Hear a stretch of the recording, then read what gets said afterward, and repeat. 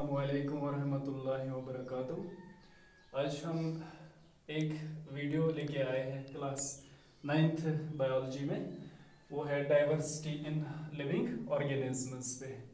तो सबसे पहले हम इसकी इंट्रोडक्शन करेंगे, डाइवर्सिटी इन लिविंग ऑर्गेनिजम्स। तो ये डाइवर्सिटी इन लिविंग ऑर्गेनिजम्स जो है ये हमारी बायोलॉजी में 3rd यूनिट है। तो डाइवर्सिटी को हम बायोडाइवर्सिटी भी बोलते हैं। तो अगर हम देखेंगे ये बायोडाइवर्सिटी जो है, सबसे पहले एक साइंटिस्ट ने ये वर्ड इस्तेमाल किया था, उसका वो वाइल्ड लाइफ साइंटिस्ट था, उसका नाम था, इट वाज, हम कहेंगे biodiversity was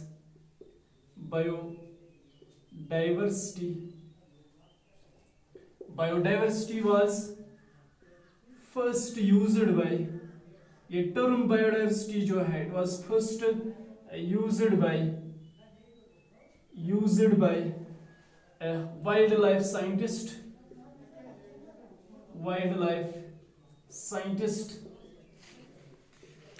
known as Raymond, RAYMOND, Raymond. ठीक है, रेमंड ने इसको सबसे पहले इस्तेमाल किया था बायोडाइवर्सिटी वर्ड को इन 1968 में। 1968 में बायोडाइवर्सिटी वर्ड जो है एक वाइल्ड लाइफ साइंटिस्ट ने पहले इस्तेमाल किया था, उसका नाम था रेमंड। और उसके बाद अगर हम इस बायोडाइवर्सिटी की बात करते हैं तो इसको डिफाइन करने से पहले हम थोड़ा सा आपको बता देंगे कि हमारे यहाँ पे है there are 5 to 30 million species of plants and animals। Plants और एनिमल्स के हमारे यहाँ पे 5 से 30 मिलियन स्पीशीज है, एनिमल्स। फाइन। और उसके बाद इतने नंबर ऑफ ऑर्गेनिजम्स हमारे ब्लू प्लेनेट पे है, लेकिन इसमें से अभी तक साइंटिस्टों ने 1.7 to 1.8 मिलियन स्पीशीज डिस्कवर किए हैं। Million species were discovered. ठीक है ना। तो यहां तक अगर हम देखते हैं ब्लू प्लेनेट पे 5 से लेके 30 मिलियन तक स्पीशीज यहां पर है, लेकिन अभी तक साइंटिस्टों ने 1.7 से लेके 1.8 मिलियन स्पीशीज डिस्कवर किए हैं। This is according to census 2010। ये सेंसस 2010 की है। और उसके बाद हर साल 18,000 स्पीशीज, नए स्पीशीज डिस्कवर हो जाते हैं। In every year 18,000 species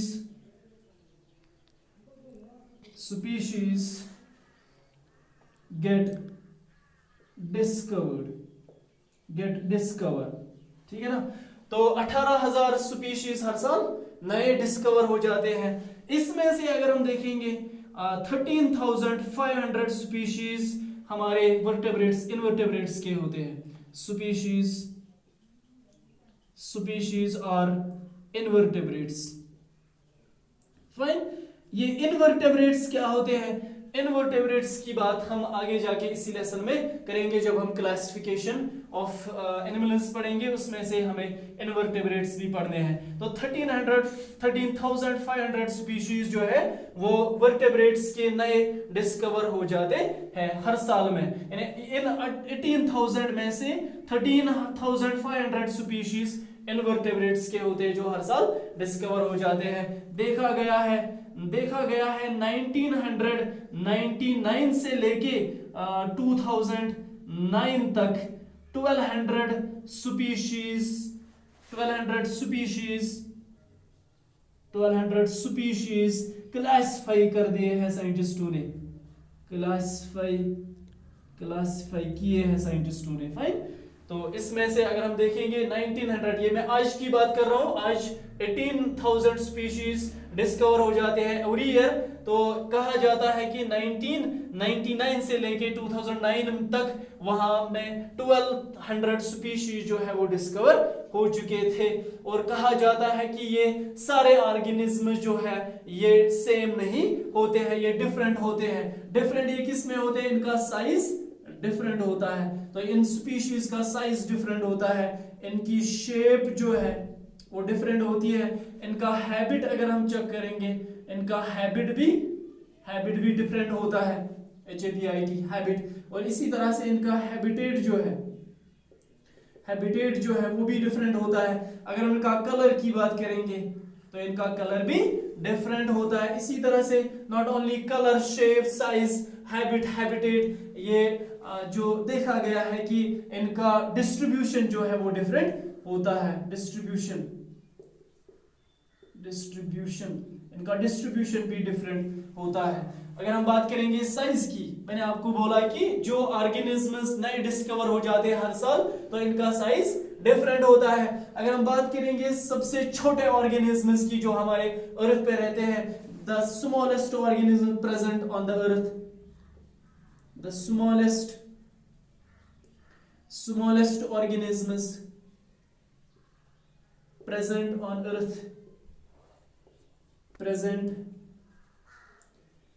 earth वो नैनोबस है। The smallest organisms present on earth और नैनोबस, NANOBES। नैनोबस जो है ये सबसे छोटे ऑर्गेनिजम्स हमारे जमीन पर है। तो ये नैनोबस जो है, अगर हम इन नैनोबस की बात करते हैं, इनका जो साइज होता है, इनकी जो लेंथ होती है वो होती है 20 से लेके 150 नैनोमीटर तक। 120 से लेके 150 नैनोमीटर इन साइज, इनका साइज होता है। फाइन। और उसके बाद जो हमारी बॉडी में, ह्यूमन बॉडी में जो स्मॉलेस्ट सेल्स होते हैं उनसे ये 1000 टाइम्स छोटे होते हैं। 1000 टाइम्स स्मॉलर। कौन? नैनोबस। नैनोबस जो हमारे अर्थ पे सबसे छोटे ऑर्गेनिजम्स हैं, तो जो ह्यूमन बॉडी में स्मॉलेस्ट सेल्स है उनसे भी ये 1000 टाइम्स स्मॉलर है। ठीक है ना? Smaller than smallest cells in human body, smallest cells in human body। इसी तरह से कहा जाता है कि जो स्मॉलेस्ट नोन बैक्टीरियम है उससे भी 10 टाइम्स ये छोटे होते हैं, ये नैनोबस। उसके बाद अगर हम बात करेंगे साइज दूसरे ऑर्गेनिजम्स की, जैसे ब्लू व्हेल है, जिसको हम साइंस में साइंटिफिक नेम बोलते हैं बेलनोप्टूरा मस्कुलस। ब्लू व्हेल जो कि एक मैमल है ना, ये पानी में होती है। तो इसकी अगर हम बात करेंगे, ये तो largest organism in the world है, largest organism in world. Fine. World में सबसे बड़ा ऑर्गेनिज्म है। इसका जो वेट होता है, अगर हम इसकी वेट की बात करते हैं तो इसका वेट 100 से लेके 200 टन तक होता है। फाइन। और इसी तरह अगर साइज की बात, लेंथ की अगर हम इसकी बात करेंगे, ब्लू व्हेल की लेंथ जो होती है वो होती है 25 to 30 मीटर, ये इसकी लेंथ होती है। इसी तरह से different organisms have different size, यानी दे डिफर इन साइज। ये हमने साइज की बात की है। इसी तरह से हमारे यहाँ और भी ऑर्गेनिजम्स होते हैं, जैसे हमारा यहाँ पर होता है हिपोपोटामस होता है या एलिफेंट होता है। एलिफेंट को हम बोलते हैं लार्जेस्ट एनिमल ऑन लैंड। ये हमारा लार्जेस्ट ऑर्गेनिज्म जो है ये हमारी वाटर में होती है।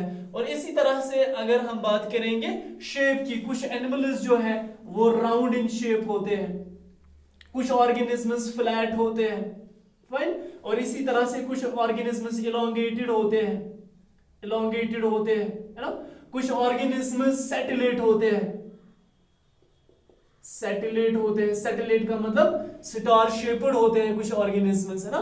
तो इनकी जो शेप है वो वेरिएबल होती है। कुछ ऑर्गेनिजम्स शिकारी होते हैं, शिकारी है ना, वो उनसे हम डरते हैं। जब भी हम किसी ऑर्गेनिज्म ऐसे को देखते हैं, ऐसा ऑर्गेनिज्म, उनसे हम डरते हैं, यानी उनको उनकी शेप जो होती है वो शिकारी होती है, डरावनी वाली शेप उनके पास होती है। इसी तरह से नेक्स्ट मैंने आपको बोला ये ऑर्गेनिज्म जो है ये हैबिट में भी डिफर करते हैं, ये हैबिट में भी डिफरेंट होते हैं। कुछ ऑर्गेनिजम्स हर्बिवोरस होते हैं, है ना, तो हर्बिवोरस का मतलब होता है कि ये घास खाते हैं ना, या प्लांट्स खाते हैं, प्लांट के प्रोडक्ट्स खाते हैं। और इसी तरह से कुछ ऑर्गेनिजम्स कार्निवोरस होते हैं, और कार्निवोरस आप लोग पता है कि ये क्या खाते हैं, मीट खाते हैं। और कुछ ऑर्गेनिज्म जो है वो ओमनिवोरस होते हैं। ओमनिवोरस का मतलब है कि ये प्लांट्स भी खाते हैं और ये एनिमल्स भी, या मीट वगैरह जो फ्लैश जो है वो भी खाते हैं। इसी तरह सेजुवोरस है, फ्रूटिवोरस है ना, तो डिफरेंट इनका जो हैबिट होता है वो डिफरेंट होता है। इसी तरह से अगर हम हैबिटेट की बात करेंगे तो हैबिटेट का मतलब है बेटा, हैबिटेट का मतलब है the dwelling place of an organism, यानी एक ऑर्गेनिज्म की रहने का जगह, उसी चीज को हम क्या कहते हैं, उसी चीज को हम कहते हैं हैबिटेट। तो डिफरेंट ऑर्गेनिजम्स, इतने नंबर ऑफ स्पीशीज हमारे पास है, तो इनका हैबिटेट भी डिफरेंट होता है। कुछ ऑर्गेनिजम्स फ्रेश वाटर में रहते हैं, फाइन, कुछ ऑर्गेनिजम्स फ्रेश वाटर में रहते हैं, और कुछ ऑर्गेनिजम्स सैलिन वाटर में, जिसको हम मैरीन वाटर भी कहते हैं, मैरीन वाटर यानी सच एज सी, फाइन, सी, समंदर, मैरीन वाटर है ना, तो इसमें सॉल्ट भी मिला हुआ होता है। Fresh water for example river जो है, कुछ ऑर्गेनिजम्स रिवर में रहते हैं। जो ऑर्गेनिजम्स रिवर में रहते हैं लेकिन फ्लोइंग रिवर में रहते हैं, उनको हम कहते हैं lotic organisms. Write down, lotic organisms. Lotic organisms are those organisms which are living in flowing water. Fine? जो फ्लोइंग वाटर में रहते हैं उनको हम बायोलॉजी में क्या कहते हैं, लोटिक ऑर्गेनिजम्स कहते हैं। इसी तरह से जो ऑर्गेनिजम्स किसी जगह जो फ्रेश वाटर होता है, किसी जगह पे स्टेगनेंट वाटर होता है, रुका हुआ पानी होता है, तो जो ऑर्गेनिजम्स वहां पे रहते हैं उनको हम कहते हैं लेंटिक organisms. Lentic organisms. What are now lentic organisms? These are those organisms which are living in stagnant water, but the water is fresh water. Fine. और इसी तरह से कुछ ऑर्गेनिज्म जो है वो एयर में रहते हैं, उनको हम कहते हैं arboreal, ARBOREAL, arboreal organisms. Arboreal organisms are those organisms which are living in air. Fine. और इसी तरह से कुछ ऑर्गेनिज्म जो है ये ट्रीज में रहते हैं, आर्बोरियल ऑर्गेनिज्म सॉरी ट्रीज पे रहते हैं। जो ऑर्गेनिज्म फॉर एग्जांपल रैकोफोरस एक फ्रॉग का नाम है, और ये फ्लाइंग फ्रॉग है, ये ट्रीज पे रहती है, तो ये एक आर्बोरियल ऑर्गेनिज्म है। फाइन। और इसी तरह से कुछ ऑर्गेनिजम्स एयर में रहते हैं, उनको हम कहते हैं एरियल ऑर्गेनिजम्स। एरियल ऑर्गेनिजम्स यानी those organisms which live in air, जैसे आपका वायरस जो होता है, जैसे आपका बैक्टीरिया जो होता है, तो ये सारी ऑर्गेनिज्म जो है ये एयर में ही रहते हैं। फंगल स्पोर्स होते हैं या स्पोर्स वगैरह जो है वो भी एयर में ही रहते हैं, उनको हम क्या कहते हैं, एरियल ऑर्गेनिजम्स। राइट, समझा? तो आज के लिए इतना ही। तो होप आप लोगों ने ये वीडियो सुना भी होगा, समझा भी होगा। अगर इसमें से कुछ आपको समझ नहीं आया या कोई भी डाउट्स है तो आप कमेंट सेक्शन में जाके कमेंट्स कर सकते हैं। इंशाल्लाह I will try my best, मैं आपको वो चीज़ अंडरस्टैंड करवाऊंगा। Thank you.